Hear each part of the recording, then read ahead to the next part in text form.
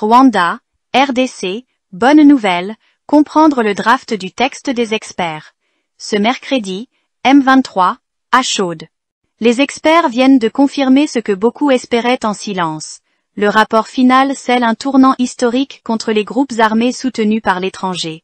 Et cette fois, le scénario échappe totalement au contrôle du M23, RDF, Katumbi, Kabila.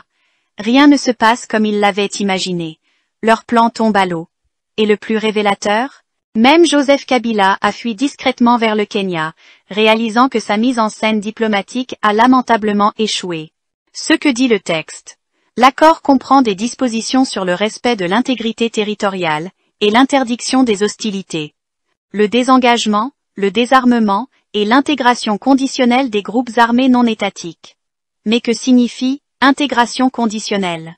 Contrairement aux années de mixage anarchique et de brassage bâclé, l'intégration conditionnelle signifie une seule chose, passer par le programme national PDDRCS, désarmement, démobilisation, réinsertion communautaire et stabilisation.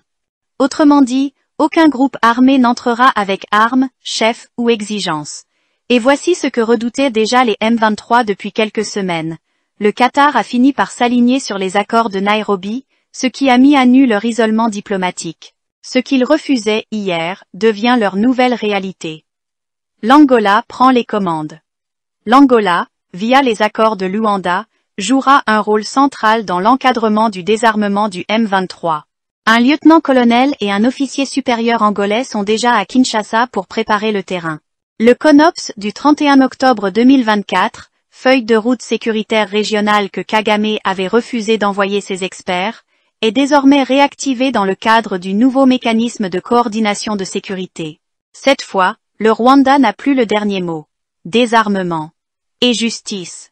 La suite? La justice. Aucun criminel ne passera entre les mailles du filet. L'intégration dans l'armée se fera uniquement à titre individuel, volontaire, après vérification, sans groupe, sans commandement, sans marchandage.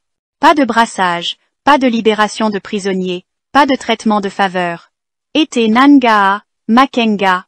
Makenga, qui a amassé des millions via le pillage de minerais, chercherait un exil.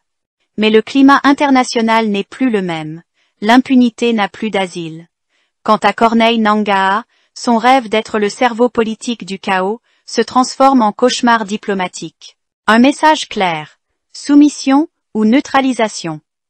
Ceux qui résisteront au désarmement seront neutralisés sans état d'âme, avec le soutien actif de Blackwater, États-Unis. Les temps ont changé. La diplomatie est désormais alignée sur la justice et la souveraineté du Congo. Pour finir, le Congo ne veut plus de simulacre de paix. Il exige la loyauté ou la reddition. Ceux qui ont misé sur la trahison réalisent maintenant que la République n'a pas dit son dernier mot. Et ce vendredi, le message est clair. Le Congo avance. Le M23 recule. L'histoire se souviendra. Félicitations au peuple congolais pour cette victoire.